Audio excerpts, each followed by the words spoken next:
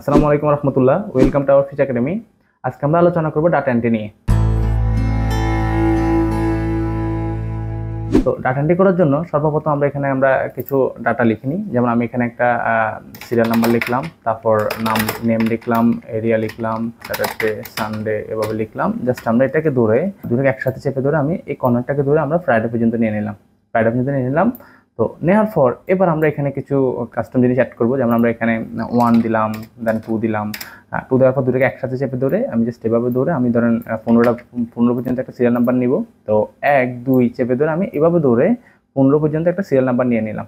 তো serial number নেওয়ার পর আমি জাস্ট এখানে কিছু নাম, আমাদের এবার এমপ্লয়ি নেমগুলো আমরা লিখবো। তো লেখার জন্য আমি জাস্ট এখানে রকি লিখলাম। রকি লেখার পর এন্টার দেওয়ার পর এখান থেকে ধরে আমি জাস্ট এখানে দেখেন, এখানে একটা ছোট করে একটা পয়েন্ট দেওয়া আছে। আমি পয়েন্টটিকে যদি ডাবল ক্লিক করি আমার এখানে যে এমপ্লয়ি নেমগুলো এগুলো চলে আসবে।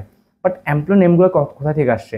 যেমন আপনি একটা কোম্পানিতে জব করেন, আপনার কোম্পানিতে ধরেন 100 জন এমপ্লয়ি আছে। তো আপনার প্রত্যেক দিনই আপনার কাজের মধ্যে ওই নামগুলো আপনাকে বারবার টাইপ করতে হয়, নামগুলো বিভিন্ন জায়গায় অ্যাড করতে হয়। তো আপনি চাচ্ছেন এভাবে না করে আপনি একটা কাস্টম লিস্ট করে রাখবেন। পরবর্তীতে যখনই আপনার প্রয়োজন হয় আপনি জাস্ট কাস্টম লিস্ট থেকে প্রথম নামটি লিখে যখন টান দিবেন আপনার প্রত্যেকটা এমপ্লয়ের নাম, যতগুলো এমপ্লয় আছে সবার এমপ্লয়ের নামগুলো একসাথে চলে আসবে। চলেন আমরা দেখি কাস্টম লিস্টে কিভাবে করে। তো কাস্টম লিস্ট করার পর যেমন আমি এইভাবে নামগুলো লিখেছিলাম, তো আপনাদের আগে আপনার যতগুলো এমপ্লয় থাকবে সবার নামগুলো আপনাকে লিস্ট করে নেবেন। তো এক্সাম্পল আমি এটাকে কপি করে নিলাম, যেহেতু আমার এখানে এখন লিখতে সময় লাগবে। আমি জাস্ট এটাকে সিলেক্ট করে কপি করে নিলাম। কপি করার পর আমি একটা নতুন শিটে নিলাম, নেওয়ার পর আমি এখানে জাস্ট পেস্ট করে দিলাম। এভাবে আমি আমার নামগুলো লিখে নিলাম। ধরে নেন আপনার এখানে যতগুলো এমপ্লয় থাকবে সবগুলো এমপ্লয়ের নামগুলো আপনি এখানে লিখে নেবেন। লেখার পর আপনি এখান থেকে যতটুকু প্রয়োজন আপনি নামগুলো সিলেক্ট করবেন। সিলেক্ট করার পর এভাবে যদি 100 থাকে বা 200 থাকে, তার চেয়েও বেশি থাকে, আপনি সবগুলো নাম আগে লিখতে হবে একটু কষ্ট করে। লেখার পর আপনি সবগুলো লিখে একসাথে সিলেক্ট করার শেষে আপনি ফাইলে যাবেন। ফাইলে যাওয়ার পর এখান থেকে অপশনে যাবেন। অপশনে যাওয়ার পর দেন আপনি এখানে কাস্টম অ্যাডভান্সে ক্লিক করবেন। অ্যাডভান্সে ক্লিক করার পর আপনি স্ক্রল বারে একটু স্ক্রল করে একটু নিচে নামবেন। নিচে নামার পর এখানে এডিট কাস্টম লিস্ট নামে একটা অপশন থাকবে, এডিট কাস্টম লিস্ট। এখানে ক্লিক করার পর এবার আপনার এখানে ইনপুটে আপনার কত নাম্বার সেল থেকে শুরু করে কত নাম্বার সেল পর্যন্ত আপনার এখানে আপনি সিলেক্ট করেছেন তা এখানে দেখাচ্ছে। এটাকে জাস্ট ইনপুটে ক্লিক করবেন। ইনপুটে ক্লিক করার সাথে সাথে আমার এটা এখানে অ্যাড কাস্টম লিস্টে অ্যাড হয়ে গেছে। এবার জাস্ট আমি এখানে ওকেতে ক্লিক করলাম, জাস্ট ওকে দিলাম, এনাফ। এবার আপনি যদি এখানে গিয়ে আপনার কোথাও যদি কাস্টম লিস্টে, যেমন আমি এখানে এসএল লিখলাম, দেন এখানে নেম লিখলাম। তো আমি যদি এখানে এসে এখন রকি লিখি, দেখেন রকি লিখার পর জাস্ট এইভাবে ধরে আমি এভাবে যদি নিচের দিকে টান দিই আমার এখানে যতটুকু পর্যন্ত ছিল সবার নামগুলো একসাথে চলে আসবে। এই হচ্ছে আমাদের কাস্টম লিস্ট। তো আপনি আপনার এমপ্লয়ি বা আপনার যে জিনিসগুলো সবসময় ইউজ করা হয় আপনি এভাবে কাস্টম লিস্ট করে রাখতে পারবেন। তো এটার মধ্যে আমি চাচ্ছি অনেক সময় আমাদের এমপ্লয় চেঞ্জ হয় বা এমপ্লয় অ্যাড হয়। তো এখানে আমি চাচ্ছি এখানে রকি মানে প্রথম নামটা পরে দ্বিতীয় আরেকটি নাম অ্যাড করবো আমি, যেহেতু পরবর্তীতে আমি লিখলে আমার ওই প্রথম নামের পরে দ্বিতীয় নামটা চলে আসে। তো তার জন্য আমাকে আবার সর্বপ্রথম ফাইলে যেতে হবে। ফাইলে গিয়ে আমরা এখানে অপশানে ক্লিক করব। অপশানে ক্লিক করার পর আমরা এখানে অ্যাডভান্সে ক্লিক করব। অ্যাডভান্সে ক্লিক করে আমি স্ক্রল বারে একটু স্ক্রল করে আমি একটু নিচে নামলাম, এডিট কাস্টম লিস্টে ক্লিক করব। ক্লিক করার পর এবার আপনি কোথায় অ্যাড করতে চাচ্ছেন, যেমন আমি এখানে প্রথম নামটা পরে অ্যাড করতে চাচ্ছি, তাহলে আমি প্রথম নামে ক্লিক করার সাথে সাথে আমাদের এখানে লিস্ট এন্ট্রিসে নামগুলো শুরু করতেছে। তো আমি এখানে লিখলাম, আমি ধরেন লিখলাম এখানে একটা নাম লিখলাম। লেখার পর অ্যাডে ক্লিক করব। অ্যাডে ক্লিক করার পর সাথে সাথে দেখেন আমাদের এখানে ওই নামের শেষে আমাদের নামটা চলে আসছে। জাস্ট আমি ওকে দিয়ে দিলাম। তো ওকে দিয়ে আমি জাস্ট ওকে দিলাম। এবার যদি আপনি পরবর্তীতে আবার নামগুলো লেখেন, দেখেন আমার ওই পরবর্তীতে আমরা যে নামটা অ্যাড করছিলাম এবার আসার সময় ওই নামটা সহ আসবে। দেখেন তো চলে আসছে কিনা? চলে আসে। এই হচ্ছে কাস্টম লিস্ট।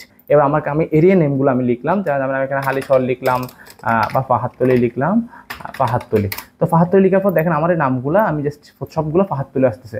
তো বাট আমি যখন আমাদের অফিসে বা আমার যে এরিয়াগুলো আমরা কাজ করে থাকি, আমি যদি এই এরিয়াগুলো আমি আগে থেকে কাস্টম লিস্ট করে রাখতাম তাহলে আমার জন্য সুবিধা হতো কি আমি সেম একইভাবে কাস্টম লিস্টগুলো অ্যাড করতে পারতাম। তো দেখেন আমি এখানে কিছু নাম অ্যাড করলাম, যেমন আমি লিখলাম হালিশহর লিখলাম, তারপর আমি বউবাজার লিখলাম। এবং আমি আমার নামগুলো কাস্টম লিস্ট করে নিতে পারি। যেমন আমি এটাকে সিলেক্ট করলাম, সিলেক্ট করে আমি আবার এখানে ফাইলে গেলাম। ফাইলে যাওয়ার পর অপশানে যাওয়ার পর আমরা এখানে অ্যাডভান্সে ক্লিক করে দেন আমরা এখানে কাস্টম লিস্টে ক্লিক করবো। এডিট কাস্টম লিস্টে ক্লিক করে জাস্ট আমি এখানে ইম্পোর্টে ক্লিক করবো। দেখেন আমার চলে আসছে। এবার আমি ওকে দিয়ে দিলাম। এভাবে আপনার সবগুলো নাম অ্যাড করে নেবেন।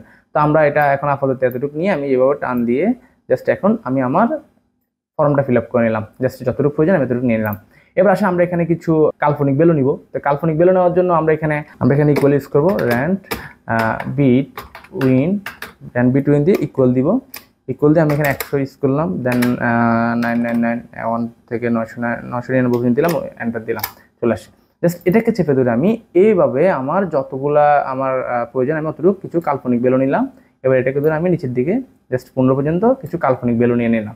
এই টেবলটা নিয়ে আমরা এখন কাজ করে থাকবো। তো এখান থেকে আপনাকে যদি বলা হয় যে প্রথম সেল থেকে শুরু করে আপনার পুরো শিটটাকে আপনাকে একসাথে সিলেক্ট করার জন্য, তো আমরা এটাকে শর্টকাটে লেফট থেকে ডান দিকে সিলেক্ট করার জন্য, যেমন আমাদের এই শিটটা দেখতেছি সেটার মধ্যে আমাদের প্রথম সেলটা হচ্ছে A1 থেকে শুরু করে J1 পর্যন্ত রাইট সাইড, আর ডাউন সাইডের দিকে আমরা যদি একটু খেয়াল করি তাহলে দেখেন আমাদের এখানে J16 পর্যন্ত আছে।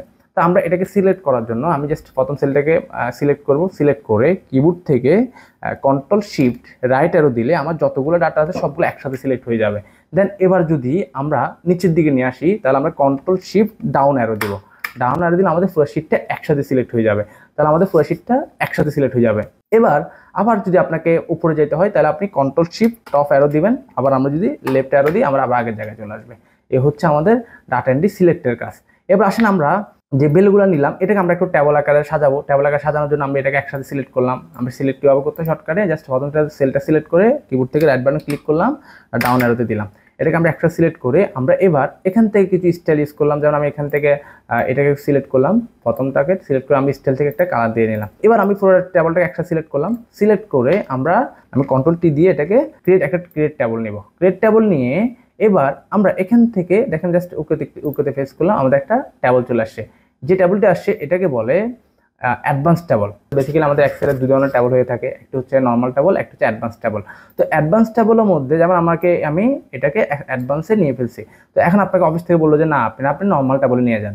তো নর্মাল ট্যাবল নিয়ে যাওয়ার জন্য আপনাকে ট্যাবলটাকে আবার সিলেক্ট করতে হবে। সিলেক্ট করে আপনি এখানে কনভার্ট টু রেঞ্জে ক্লিক করবেন। রেঞ্জে ক্লিক করার পর দেন আপনি ওকে ক্লিক করবেন, ইয়েস। এবার আপনার ট্যাবলটি আবার নর্মাল ট্যাবলে কনভার্ট হয়ে যাবে। দেন ওকে, ডাটা এন্ট্রি প্রথম পর্বে এইটুকুই, আমরা পরবর্তী ভিডিওতে আরও ডিসক্রাইব করব।